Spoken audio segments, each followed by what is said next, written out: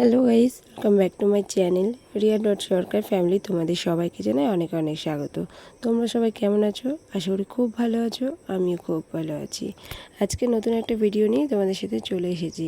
আজকে সকাল সকাল কিন্তু রেডি হয়ে বেরিয়ে পড়েছি বাপের বাড়ি যাওয়ার উদ্দেশ্যে। আর এই ভয়েসটা কিন্তু দিচ্ছি আমি বাপের বাড়ির থেকে শ্বশুরবাড়ি আসার পরে। আর আমার গলার অবস্থা কিন্তু খুবই খারাপ, তোমরা একটু মানিয়ে গুছিয়ে নিও। আমরা কিন্তু সকাল সকাল 9:30টার সময় স্টেশনে চলে গিয়ে ট্রেনও পেয়ে গেছি। তাড়াতাড়ি করে আমরা কিন্তু ট্রেনে উঠে পড়েছি। আর তখন আর কোনো ভিডিও করিনি, একেবারে শিয়ালদায় গিয়ে ভিডিওটা করেছিলাম। আর শিয়ালদায় এসে তো দেখি পুরো ফাঁকা, সব হকার তুলে দিয়েছে। এটা আমি ফোনে দেখেছিলাম, আর আজকে সামনাসামনি দেখলাম যে পুরো পরিষ্কার হয়ে গেছে শিয়ালদা স্টেশনটা। তা যাই হোক, কি আর করা যাবে, খিদে তো পেয়েছিল। আর কোনো তো হকার ওখানে ছিল না কিছু খাওয়ার মতন। তার কি করা যাবে, এই সে বড় বড় দোকান থেকে বড় বড় খাবার নিলাম। নেওয়ার পরে খাওয়া দাওয়া করে তারপরে 3টে লস্যি নিলাম 3জনে খাওয়ার জন্য। ছেলে অলরেডি আগেই শুরু করে দিচ্ছে খাওয়া, আর আমি আর ওর বাবা এবারে খাবো। তারপরে আর কি ট্রেন এলো, ট্রেন ধরে সোজা বাড়িতে চলে এলাম। আর বাড়িতে আসার পরে ড্রেস চেঞ্জ করে নিয়ে সবার সাথে কথা বলছিলাম, গল্প করছিলাম। আর তারপরে সন্ধ্যাবেলায় মায়ের সাথে চলে গেছিলাম বাজারে কিছু কেনাকাটার জন্য। আর অনেক কিছু ড্রাই ফ্রুটস অনেক কিছু কেনার ছিল, তাই মার সাথে গিয়েছিলাম কেনাকাটা করে। আর মা একটা আইসক্রিম ধরিয়ে দিল, আইসক্রিম খেতে খেতে সোজা বাড়িতে চলে এলাম।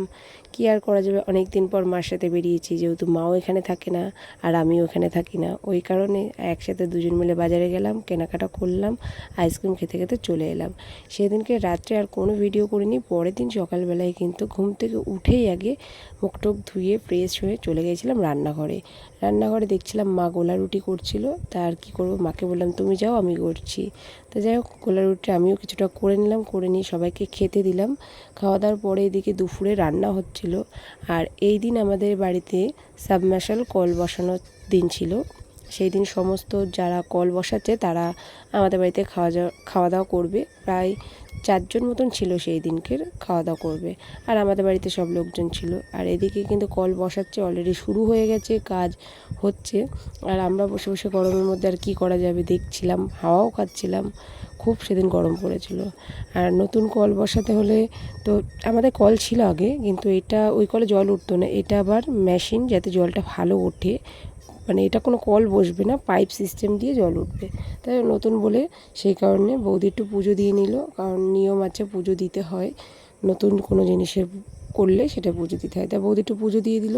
তারপরে কিন্তু এদিকে দেখো পাইপ ঢুকিয়ে দিল, ওর মধ্যে অনেক পাইপ দেবে, তারপরে মোটা কি পাইপ ঠেপ দেবে, অনেক কাজ। আমি এসব কিছু বুঝি না, জাস্ট দেখার দরকার দেখছিলাম আর ভিডিও করছিলাম।